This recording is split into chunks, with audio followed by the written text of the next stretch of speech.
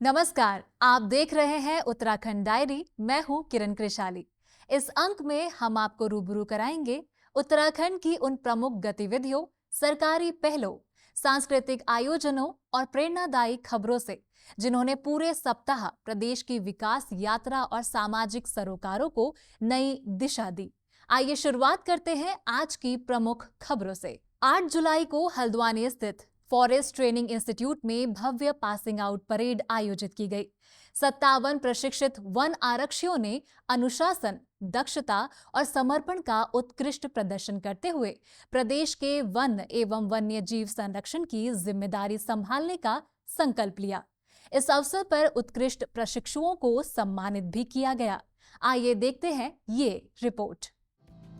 8 जुलाई को forest training institute FTI Haldwani में 57 one आरक्षियों की भव्य पासिंग आउट परेड का आयोजन किया गया।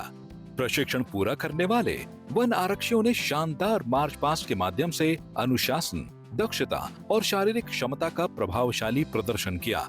कार्यक्रम के मुख्य अतिथि केंद्रीय अधिकार प्राप्त समिति के अध्यक्ष एवं वन विभाग के पूर्व महानिदेशक चंद्र प्रकाश गोयल ने परेड की सलामी ली और प्रशिक्षुओं को राष्ट्र, वन एवं पर्यावरण संरक्षण के प्रति समर्पित होकर कार्य करने की शपथ दिलाई।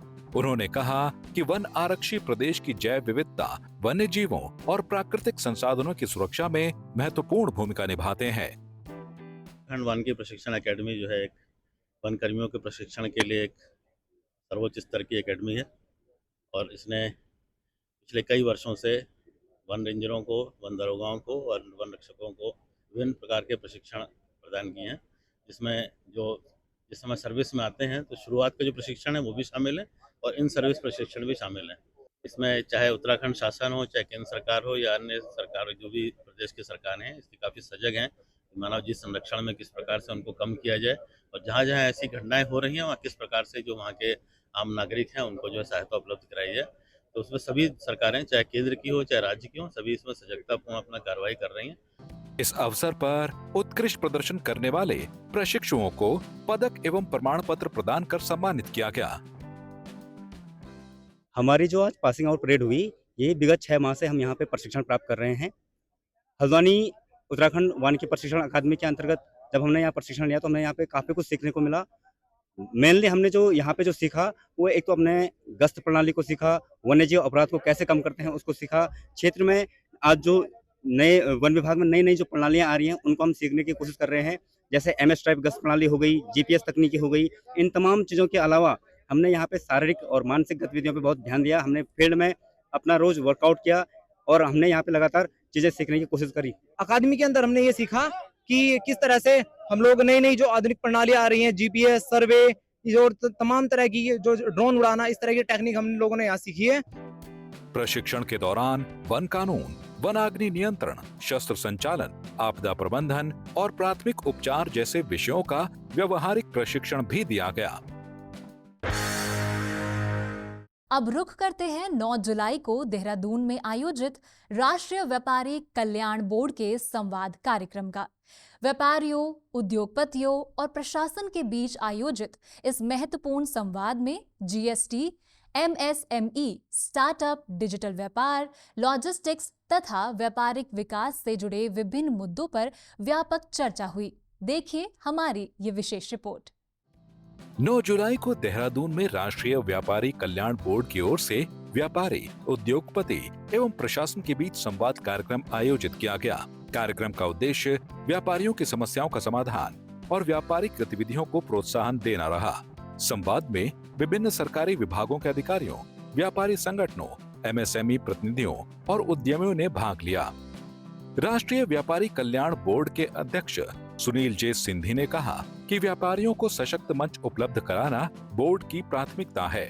यहाँ पर नेशनल ट्रेडर्स वेलफेयर बोर्ड की तरफ से मैंने माननीय मुख्यमंत्री जी को पत्र से मांग भी की है, उनसे रूबरू में भी चर्चा की है कि यहाँ पर भी अब स्टेट का बोर्ड बनेगा और स्टेट के बोर्ड के साथ ज़िले की कमेटी बनेगी। वो ज़िले की कमेटी के माध्यम से हर महीने व्यापारी इस तरह से अधिकारियों, ज़िले के अधिकारियों के साथ बैठेंगे तो 13 ज़िलों में इस प्रकार की व्यवस्था हो जाएगी जिसकी जानकारी आज मैंने व्यापारी समुदाय को दी उससे बहुत अति उत्साह में हैं। बैठक में प्रधानमंत्री मुद्रा योजना, खाद्य सुरक्षा, श्रम कानूनों के सरलीकरण तथा पर्यटन आधारित व्यापारिक अवसरों पर भी विचार विमर्श किया गया।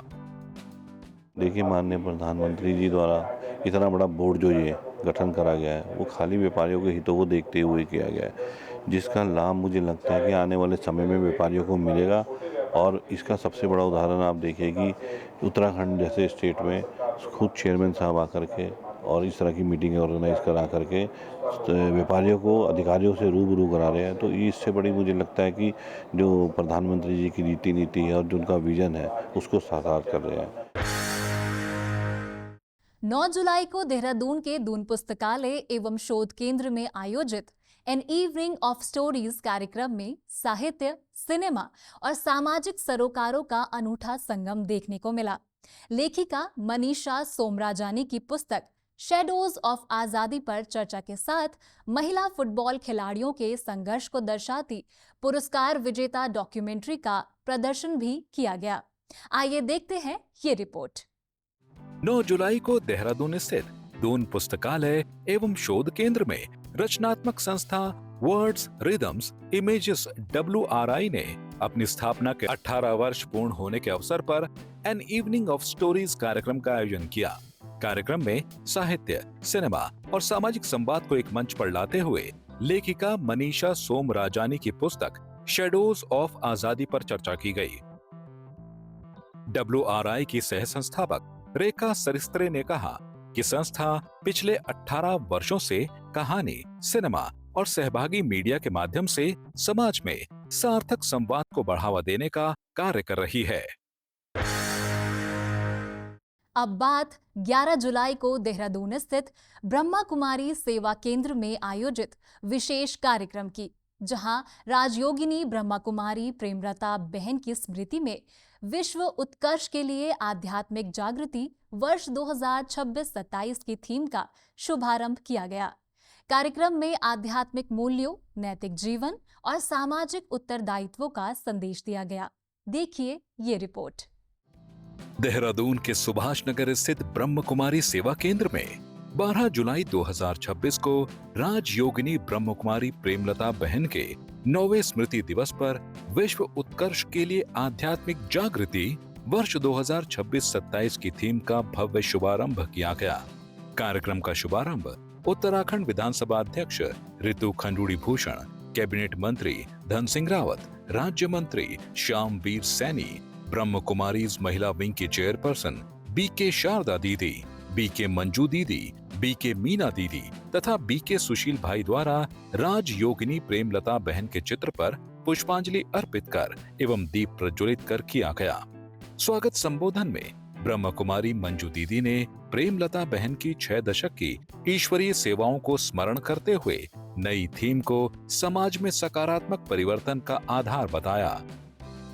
वहीं ब्रह्म कुमारी शारदा दीदी ने कहा कि आध्यात्मिक जागृति ही वर्तमान समय में मानवता को अंधकार से प्रकाश की ओर ले जाने का सशक्त मार्ग है और जीवन मूल्यों की पुनर्स्थापना के लिए आत्मचिंतन आवश्यक है।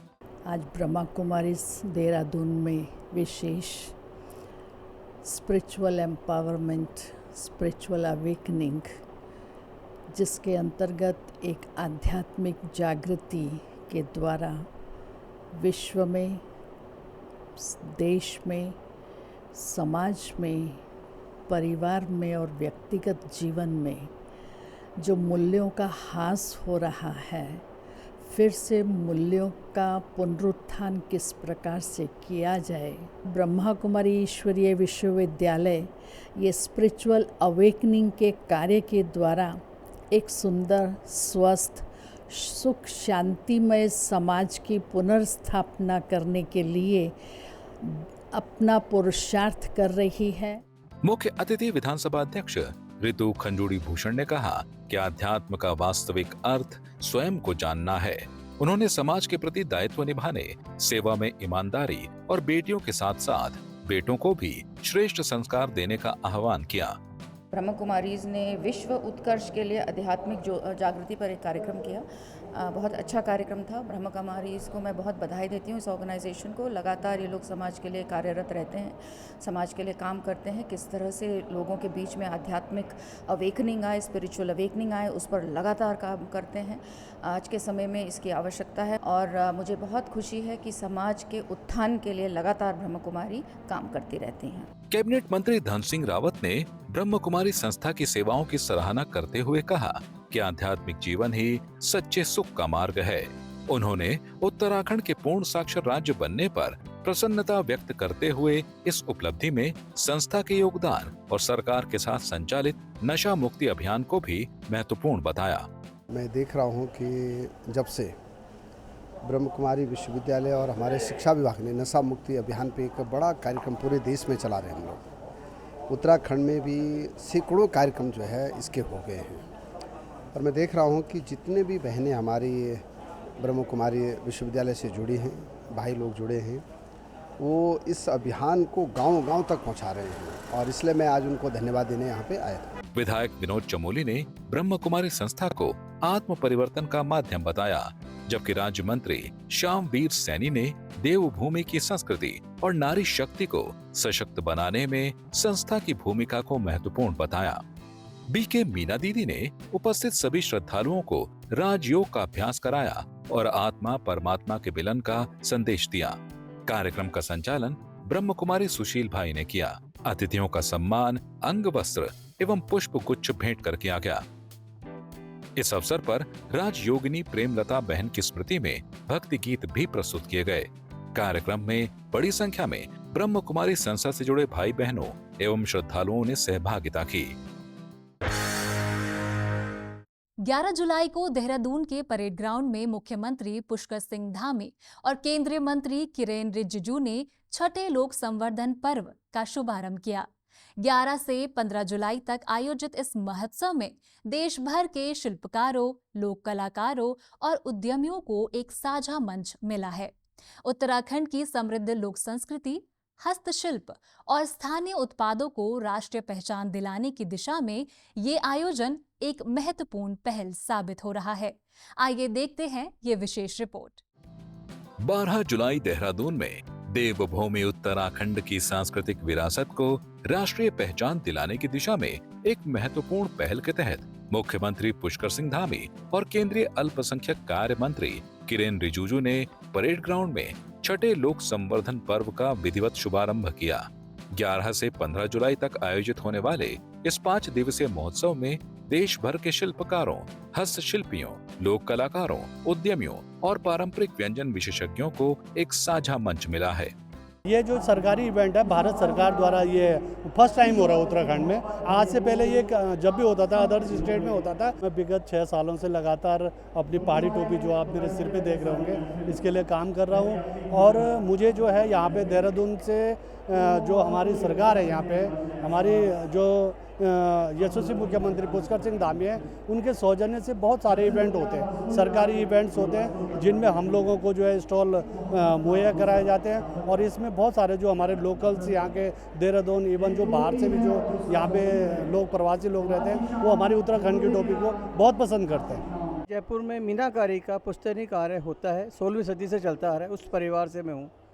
यहाँ पे मैं कुंदन ज्वेलरी, मीनाकारी ज्वेलरी, स्टोन ज्वेलरी लेके आया हूँ।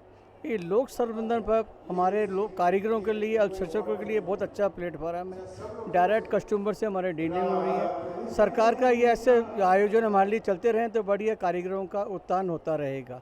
महोत्सव में 150 से अधिक स्टॉलों पर भारत की समृद्ध लोक कला, हस्तशिल्प, पारंपरिक उत्पादों और स्थानीय व्यंजनों की आकर्षक प्रदर्शनी लगाई गई है, जिसमें उत्तराखंड की लोक संस्कृति को भी विशेष स्थान दिया गया है। कार्यक्रम के दौरान मुख्यमंत्री पुष्कर सिंह धामी और केंद्रीय मंत्री किरेन रिजिजू ने एक पेड़ मां के नाम अभियान के तहत पौधारोपण कर पर्यावरण संरक्षण का संदेश भी दिया। मुख्यमंत्री पुष्कर सिंह धामी ने कहा कि उत्तराखंड के लिए ये गर्व का विषय है कि केंद्र सरकार के साथ लोक संवर्धन पर्व के आयोजन में साझेदारी करने वाला वो देश का पहला राज्य बना है। उन्होंने कहा कि लोक संस्कृति, पारंपरिक शिल्प और स्थानीय उत्पाद विकसित भारत की मजबूत आधारशिला है। तथा ऐसे आयोजन शिल्पकारों और युवा उद्यमियों को नए बाजार, नई पहचान और आर्थिक सशक्तिकरण के अवसर प्रदान करते हैं। मुख्यमंत्री ने कहा कि राज्य सरकार हाउस ऑफ हिमालयास और एक जनपद दो उत्पाद जैसी योजनाओं के माध्यम से उत्तराखंड के स्थानीय उत्पादों और पारंपरिक शिल्प को राष्ट्रीय एवं अंतर्राष्ट्रीय पहचान दिलाने के लिए लगातार कार्य कर रही है। उन्होंने प्रदेशवासियों और पर्यटकों से लोक संवर्धन पर्व में अधिकाधिक संख्या में पहुंचकर स्थानीय उत्पादों की खरीद के माध्यम से शिल्पकारों का उत्साहवर्धन करने का आह्वान किया। केंद्रीय मंत्री किरेन रिजिजू ने कहा कि लोक संवर्धन पर्व केवल एक प्रदर्शनी नहीं, बल्कि भारत की सांस्कृतिक विविधता, पारंपरिक कौशल और कारीगरों के सम्मान का राष्ट्रीय उत्सव है। लोक संवर्धन पर्व हमारे माइनॉरिटी अफेयर्स मंत्रालय का सबसे बड़ा कार्यक्रम है। वैसे तो बहुत कार्यक्रम चलते हैं, हम इंफ्रास्ट्रक्चर के लिए भी मदद करते हैं और कई स्किलिंग का, ट्रेनिंग का कई कार्यक्रम करते हैं, लेकिन पब्लिक फेस के हिसाब से लोक संवर्धन पर्व इसलिए बहुत महत्वपूर्ण है। इसमें जितने भी जो हमारा शिल्पकार होते हैं, जो आर्टिसंस होते हैं और जो पारंपरिक काम से जुड़े हुए लोगों को एक प्लेटफॉर्म देने का काम करते हैं। इस बार उत्तराखंड सरकार ने बहुत अच्छा मदद किया। इसका फंडिंग हम अपना मंत्रालय से पूरा देते हैं, लेकिन यहाँ लोकल सपोर्ट उत्तराखंड सरकार ने बहुत अच्छा सपोर्ट दिया है। मैं इसलिए मुख्यमंत्री धामी जी को मैं विशेष करके धन्यवाद देता हूँ। वो खुद भी यहाँ मौजूद रहे, इससे प्रोत्साहन मिलते हैं क्योंकि देश भर से भी लोग आए हैं। और उत्तराखंड का जो विशेष वस्तु होते हैं, यहाँ के जो कारीगरी का अपना एक अलग पहचान होते हैं, इसको एक प्लेटफॉर्म मिला है, तो इससे रोजगार पैदा होगा। रोजगार पैदा करने के लिए मार्केट चाहिए, क्योंकि आप सामान बनाने से भी अगर आपको मार्केट नहीं मिलेंगे तो फिर आप अपने सामान को बाहर बाजार कैसे ले जाएंगे। तो ये बहुत बड़ा एक प्लेटफॉर्म हमने क्रिएट किया है। कैबिनेट में कैबिनेट मंत्री खजान दास, भारत सरकार एवं राज्य सरकार के वरिष्ठ अधिकारी, देश भर से आए शिल्पकार, लोक कलाकार, हस्तशिल्पी तथा बड़ी संख्या में स्थानीय नागरिक मौजूद रहे। सांस्कृतिक विविधता, स्थानीय कला और आत्मनिर्भर भारत के संकल्प को सशक्त बनाने वाला यह महोत्सव 15 जुलाई तक परेड ग्राउंड देहरादून में आयोजित किया जाएगा। अब बात 11 जुलाई को उत्तराखंड लोक भवन में आयोजित गरिमामय समारोह की, जहां राज्यपाल लेफ्टिनेंट जनरल गुरमीत सिंह ने श्री गुरु ग्रंथ साहिब के संस्कृत अनुवाद का विमोचन किया। इसे भारतीय आध्यात्मिक एवं सांस्कृतिक विरासत को नई पीढ़ी और वैश्विक समाज तक पहुंचाने की ऐतिहासिक उपलब्धि बताया गया। आइए देखते हैं ये विशेष रिपोर्ट। 11 जुलाई 2026 को उत्तराखंड लोक भवन में आयोजित एक गरिमामय समारोह में राज्यपाल लेफ्टिनेंट जनरल गुरमीत सिंह सेवानिवृत्त ने श्री गुरु ग्रंथ साहिब के संस्कृत अनुवाद का विमोचन किया। इस अवसर पर राज्यपाल ने कहा कि संस्कृत भारत की सबसे प्राचीन, गहन और ज्ञानमयी भाषा है। उन्होंने कहा कि गुरु ग्रंथ साहिब का संस्कृत में अनुवाद भारतीय आध्यात्मिक और सांस्कृतिक विरासत को नई पीढ़ी तथा विश्व समुदाय तक पहुंचने की दिशा में एक ऐतिहासिक उपलब्धि है। आज अत्यंत सौभाग्य का दिन है कि आज लोक भवन उत्तराखंड के अंदर में राम तीर्थ केंद्र सहारनपुर से बहुत ही सुंदर एक पद अनुवाद यानी कि वर्स और पोएटिक ट्रांसलेशन आदि श्री गुरु ग्रंथ साहब जी का किया गया है।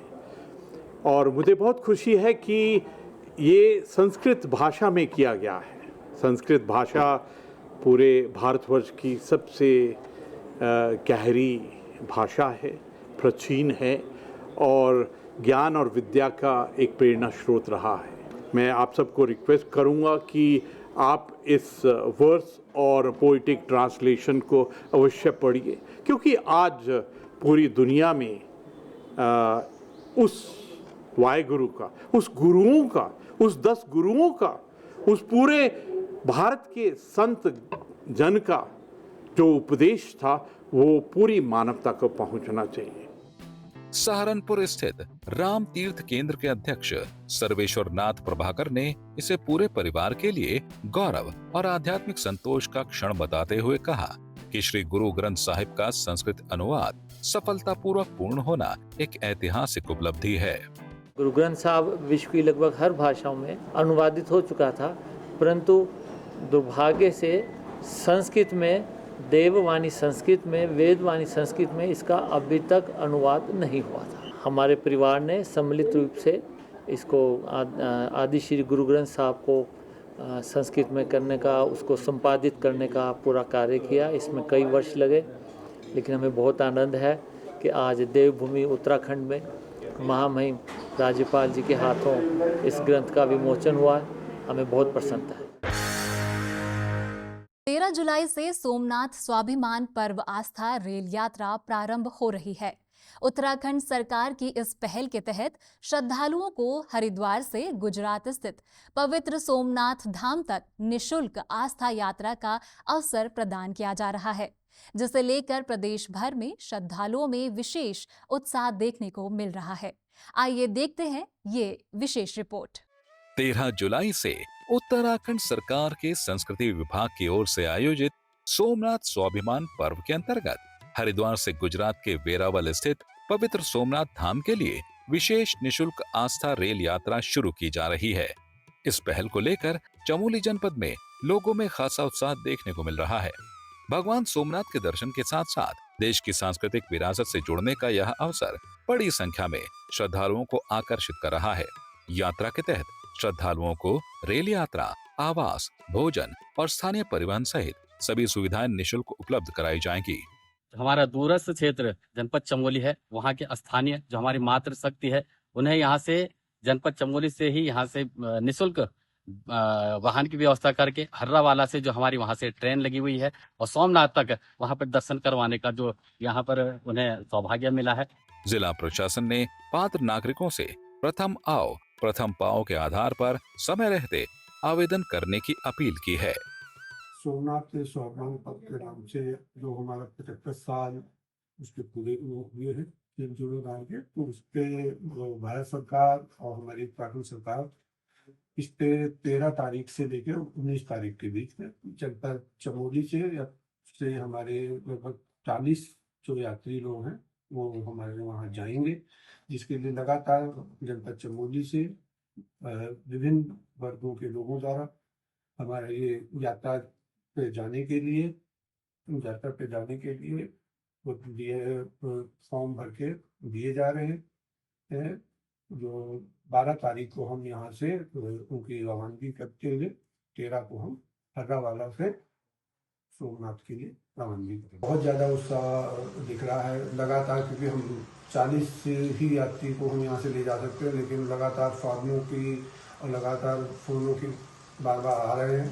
बहुत जगह हर क्षेत्रों से, सीमांत गांव से लेके और जो इससे हमारे लोग सफाई कर्मचारी लोग जुड़े हुए हैं या वेंडर्स लोग हैं या ट्रैकिंग वाले हैं, तो इनका सबका बहुत, और जो हमारे वाले हैं मंदिर समिति वाले, बहुत ज़्यादा जोरों से यहाँ फॉर्म किया जा रहा है और उनके द्वारा उत्साह दिखाया जा रहा है।